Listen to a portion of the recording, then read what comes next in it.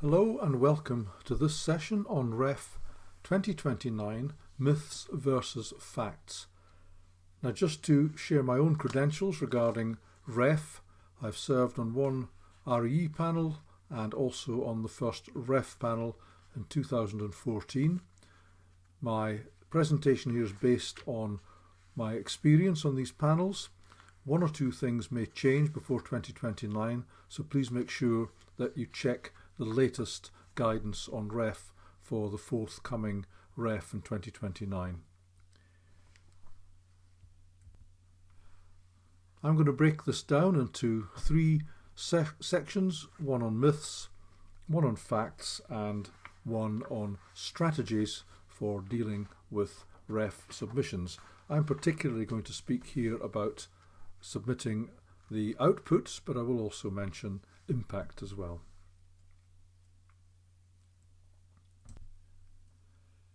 First, some of the myths associated with the REF processes.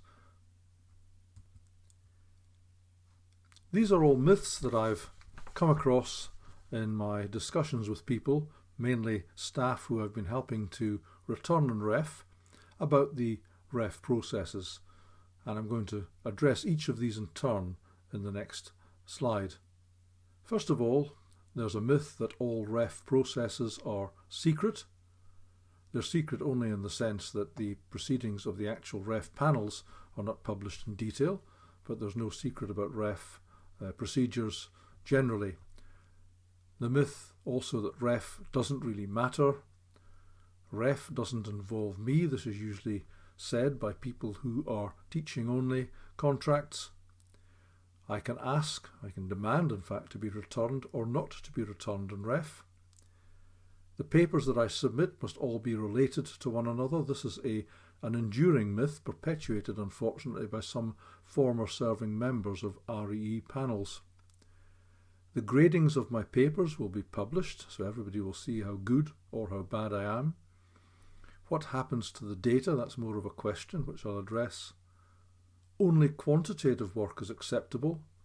Only meta-analysis, etc. in terms of review papers are acceptable. Articles must have international authors. This is to address the international aspects. Impact factors of journals are important, and that order of authorship is important. Those are some of the myths. I'm sure there are others. So the facts related to each of these myths are as follows. First of all, REF processes are entirely transparent. As I say, the actual meeting proceedings are not published and are not recorded. That's to prevent any challenges afterwards to gradings. However, the processes in terms of how the panels are set up, who's on them and how they work are entirely transparent. It's all published on the REF web pages. It is important because it allocates over £2 billion of funding to UK universities, and this is the mechanism whereby it's funded, whether or not you agree with the fact that it's, or whether or not you agree that it's a good mechanism or not. Teaching staff make an important contribution to REF. They help to lighten the load of research staff, so all staff are involved in REF one way or another, and it's important to all of them because the money is not disbursed under headings, it's disbursed generally to the university and therefore benefits everyone. It's only the university who's responsible for who is returned. You cannot ask to be returned or not to be returned. Papers do not have to be related to one another. This is another of these myths that's been perpetuated. The papers can all be in separate areas of research. Gradings of papers are not published. They're not made public. The data are aggregated immediately upon agreement. This is what happens to the data, so that individual ratings by individual panel members are never made available. Quantitative and qualitative work are both acceptable. Meta-analysis and other types of reviews are returnable. No requirements to have international authors. This is not how the international aspect of a paper is judged. Panels are not permitted to consider impact factors, and the order of authorship on articles is completely irrelevant.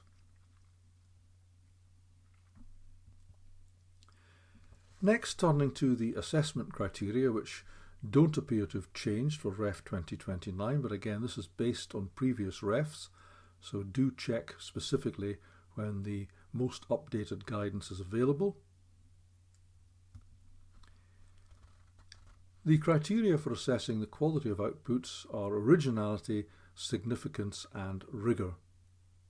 Each panel provides a further explanation of how they will interpret these criteria, so panels do differ slightly in how they use this data or make these decisions. Panels will assess the quality of outputs, not the contribution of individual researchers to the submission. So they're looking for what's published, not who did it. And they will examine all outputs in sufficient detail to contribute to the formation of a robust output sub-profile that represents all of the outputs listed in the submission. In other words, every output is puts through an assessment process. There's no general grading based on anything other than individual assessment of every single output. In sufficient detail means that the panels will agree on how much detail they need to read papers and what the processes are. These are things that are probably not made public, but the processes are entirely consistent, certainly within each panel.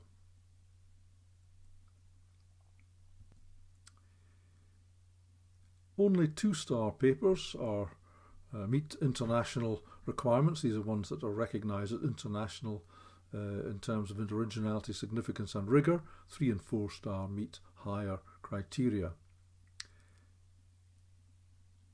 In the forthcoming REF, it's quite possible that only 4-star papers will be funded.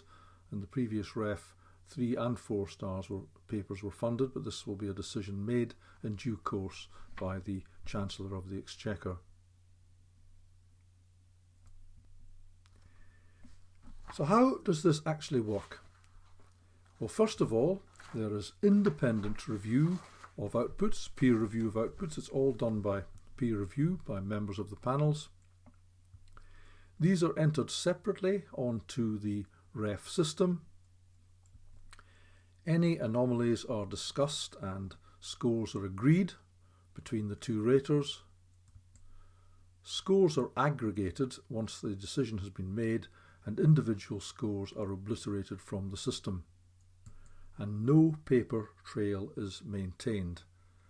Now, whether or not you agree with the validity of the processes, it is a highly reliable system, and it's worth pointing out that assessors do calibration exercises in advance of the REF using papers from previous REFs.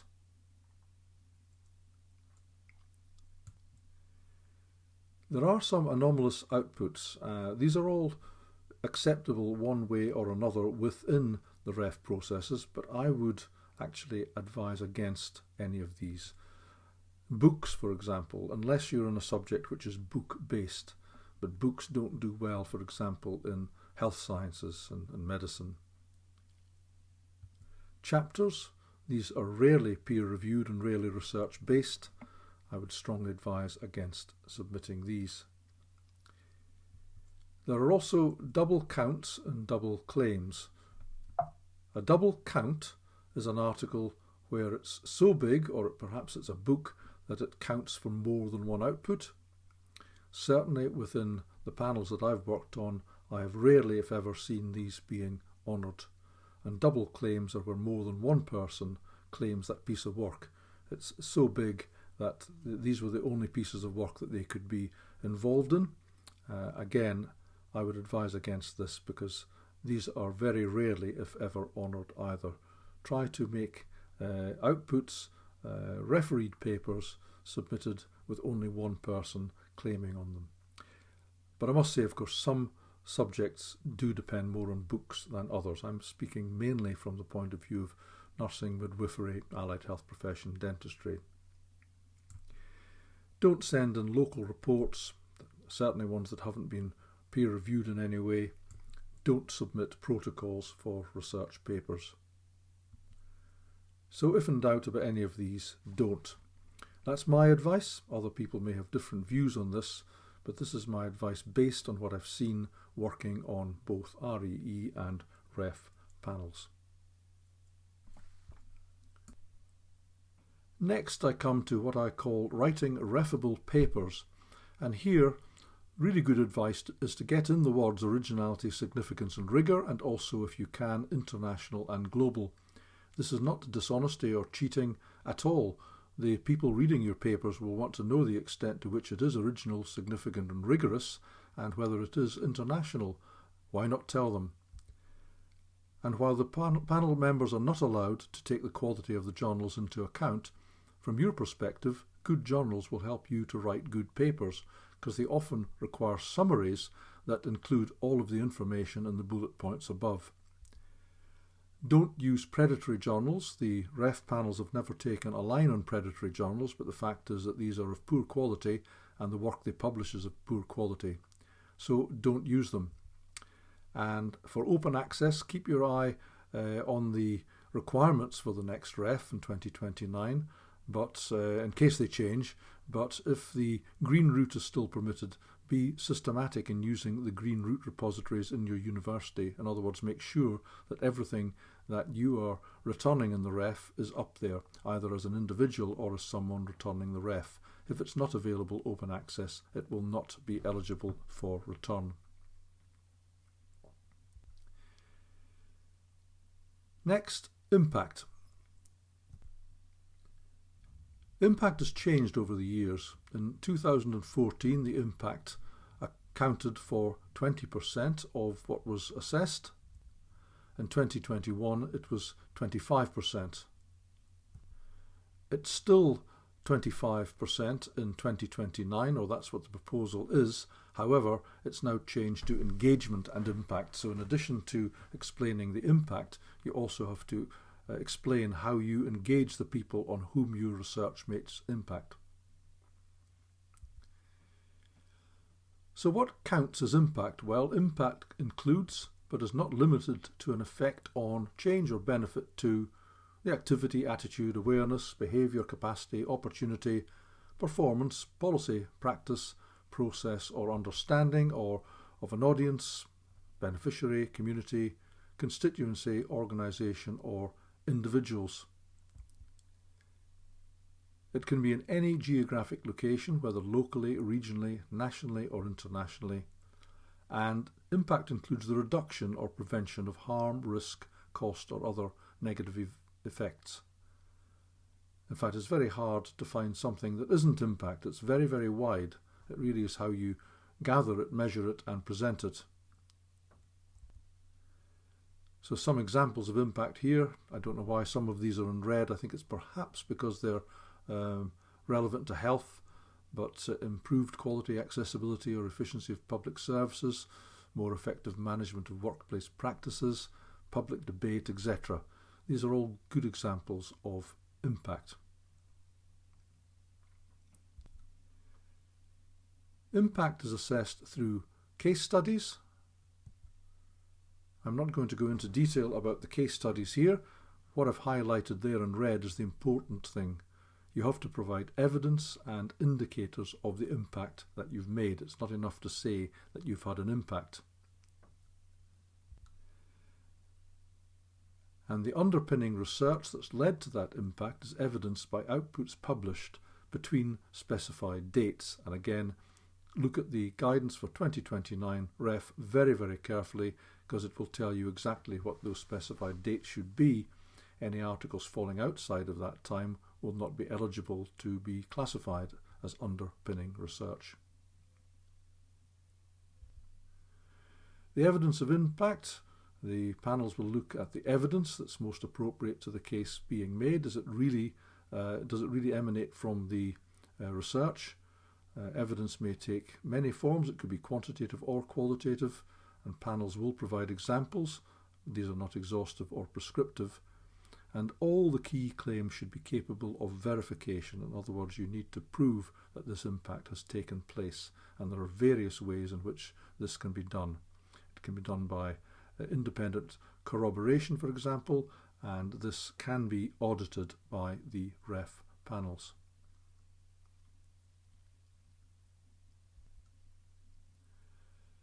The assessment criteria are reach and significance. Important to realise that reach is not necessarily geographical. Many dimensions can be taken into reach. It can be reaching hard to reach groups or different social classes or whatever. And impact, again, the panel will decide what is impact for their particular disciplines. So the panel will consider the extent to which the unit's approach is conducive to achieving impacts of reach and significance.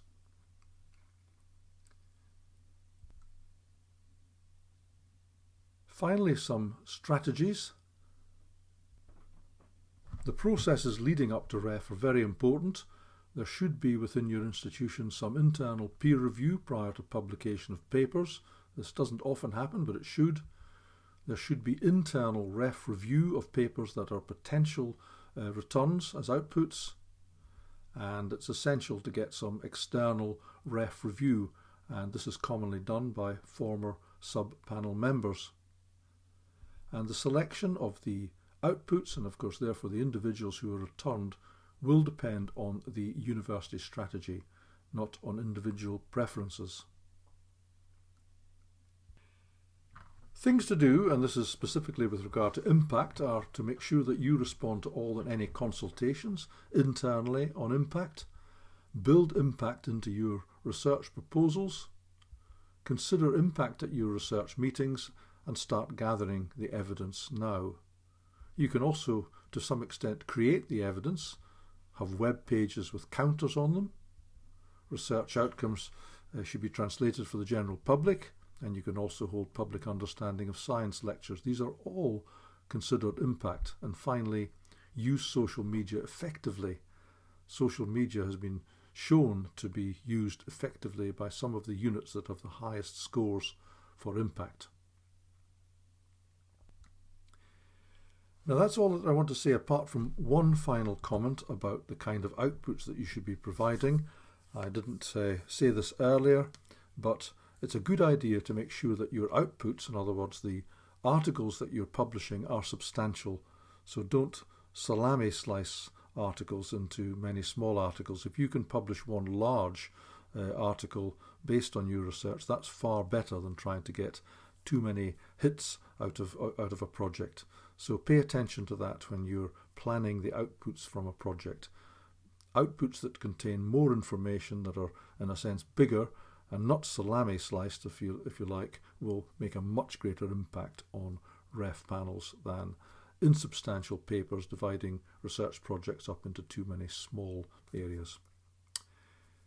This final slide contains my email, my Twitter account if you want to follow me there, but please be aware it's personal and not a professional one. My ORCID records there if you want to check my own research record, and if you use WeChat you can scan that QR code there and follow me on WeChat.